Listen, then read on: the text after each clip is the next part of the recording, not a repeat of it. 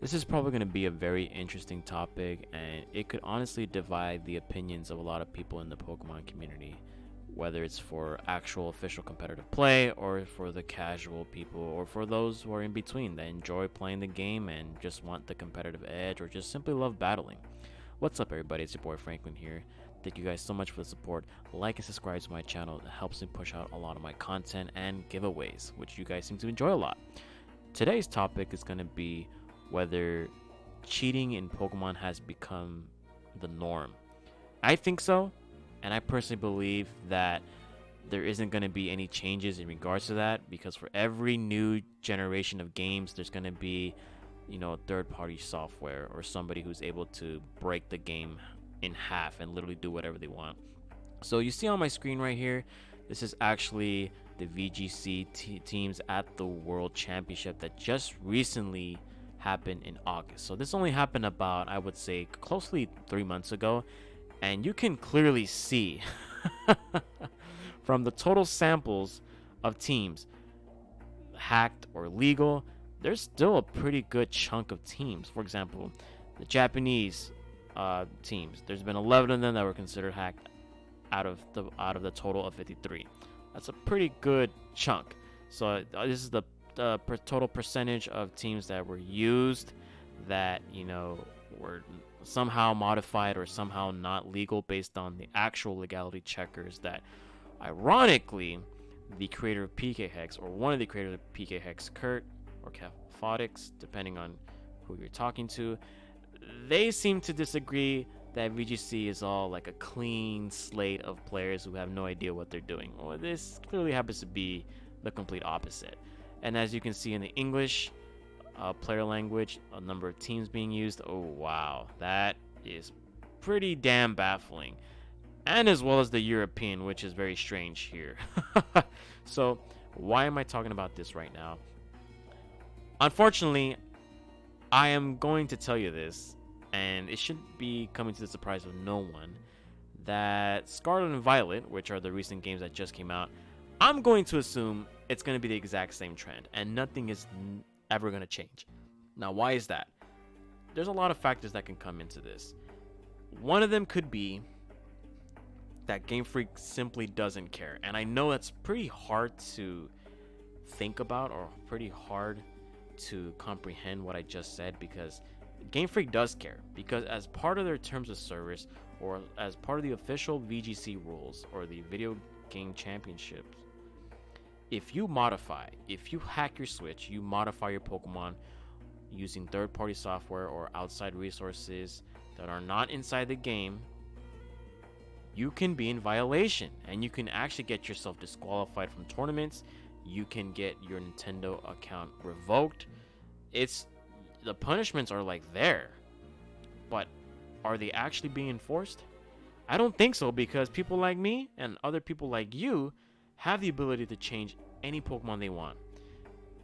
And let me tell you honestly, I've used third-party software before, and ever since then, over my 6 years of playing Pokemon, I don't play competitively like in VGC for money or whatever, but in my 6 years, I've gone 0 bans. From what I hear from other players or other people that I know, people do not get banned. Now, I don't know whether Game Freak really cares or not. It just doesn't seem to be the case. The other reason why we could be seeing these trends is that people simply need to understand that creating a legal team, a completely legal team from scratch, takes a long time. And there's been some videos out there showing like how hard it is to actually get anything you want in a game where there's no outside help. It could take you 30, 40, 50, 60 hours depending on what kind of Pokemon you're looking for, what IVs, the stats, the ability changes if you need it, the bottle caps, and just capturing the Pokemon themselves. That all have various factors. People like me, people like you, could literally load up something like PK Hex, and it will take 30 days for you to have 1,000,000 teams. In 30 days, a VGC player who's playing legally we'll probably get at most maybe 5-6 teams. Maybe. On a good month, you'll probably get 5 to 6 days. In 30 days, I can get a million teams in PK Hex. Probably even more. Just a little exaggeration, but you get my drift. The other issue that Pokemon tends to have in general is the fact that it's so hard. I wouldn't say hard per se, but it's very tedious to get the Pokemon you want. From collecting items to catching the Pokemon with specific natures. And I kind of blame Game Freak for that, simply for the fact that, yes, they are trying to push people into playing more competitively, which, okay, that makes sense. You can clearly see in Sword and Shield and even Scarlet and Violet, the quality of life changes in those games have definitely been for those who want to push themselves into competitive Pokemon. And that makes perfect sense. Good for Game Freak.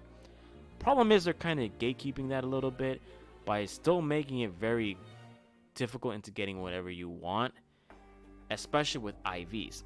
Especially if you want 0 IVs on attack or speed, yikes. That takes a long time. And if you were trying to look for a Ditto with 5 or 6 IVs, that also takes a long time. And it requires a lot of luck and a lot of resources that you need to use in-game in order for that to happen. Because number one, you have to complete the game. That takes time on its own. Number two, you have to look for the Pokemon, and you better hope they have good IVs once you catch them or breed them. That might take a while as well. Getting specific items requires Pokédollars. You need to farm Pokédollars, which obviously is not that hard in Scarlet and Violet nowadays, but it still requires time. And I think time is the biggest difference or the biggest factor on whether people gen their Pokemon or simply just, really want to spend all that time breeding. And I think that divides the Pokemon community a lot in regards to opinions. Now, obviously, we've seen posts like this, for example. It even says here, congratulations to this person for becoming a World Pokemon Champion. His Calyrex was a clone that was obtained from her trade bot thread in early April by someone himself 2 weeks before closing. Besides knowingly using a clone illegal, the rest of his team is fine. And Kurt says here, in closing, nothing has changed, and I'm not optimistic for things changing going forward. At Worlds, Game Freak could have revealed new features with massive changes to accessibility, but they did not. And that's a pretty interesting point that he made right there. Scarlet and Violet will likely have the same hurdles, which technically is true, and Cheater is going to cheat. Me personally, if you are competing in a VGC tournament or in a tournament that requires money, sponsorships, and championship points on the line, avoid cheating at all costs, because it's going to tarnish your reputation. Now, I don't know if the VGC community really cares about that, because at the end of the day, in order for you to win Worlds, it comes down to a little bit of luck, but a lot of skills. I mean, you're not in Worlds without skills. That just doesn't work like that. Now, how your team came to be, who knows? And like I mentioned previously, it is kind of Game Freak's fault for not enforcing those legality checkers properly, checking whether these Pokemon are actually good or not, and also their fault for trying to make it still a grind in 2022 to get the perfect team. Now, if you can introduce us features such as reducing IVs, that'd be pretty cool. I mean, we have the bottle caps. Why not do the complete opposite? They literally introduced items that can change Pokemon abilities. Why can't we have that for IVs? Why can't we have something that will enable us to reduce the number of hours to get the team that we want, that we can compete in tournaments? What about access to high IV Pokemon from the get-go? For example, Dittos.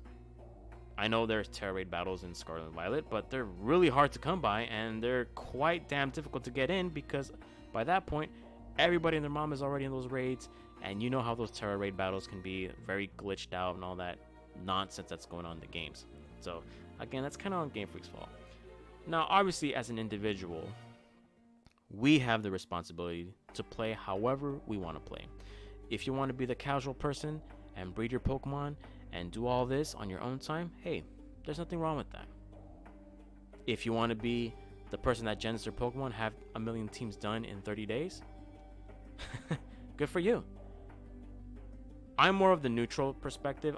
Personally, if someone is using a gen team against me, I personally do not care, because at the end of the day, I'm a battler, and I'm gonna whoop your ass because I'm that good. No, I'm just kidding. But if you're battling someone with cracked out Pokemon, as long as they're legal, I don't see the problem with that, unless we're in VGC, unless there's money on the line, unless there's championship points on the line, unless there's a spot in the finals or spots in worlds on the line.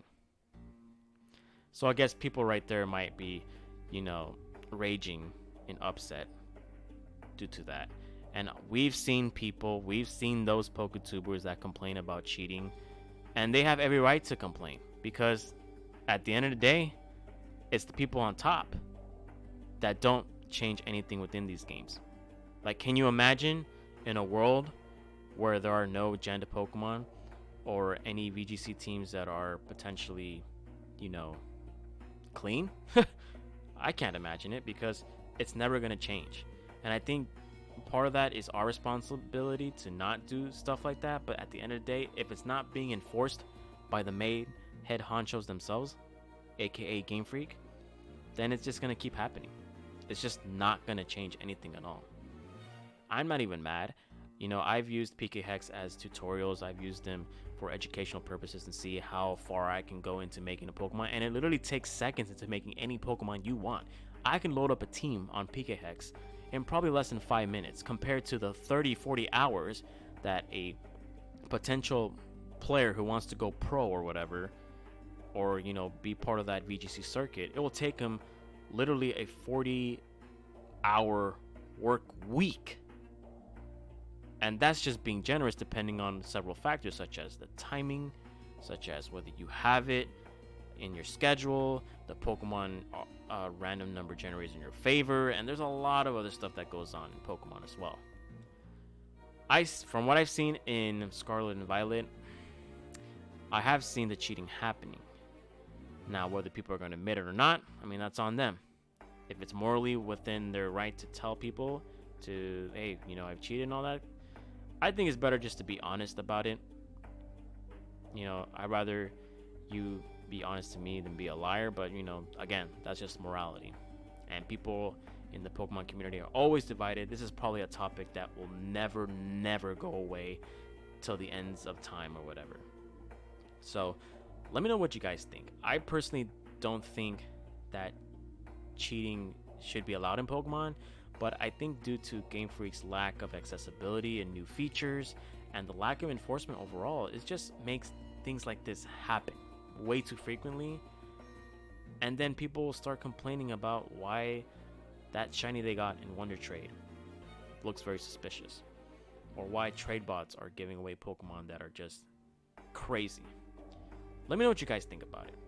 This is an interesting topic, and I would like to see in the comment section down below, what do you guys think about this? It's your boy Franklin, signing out. Peace.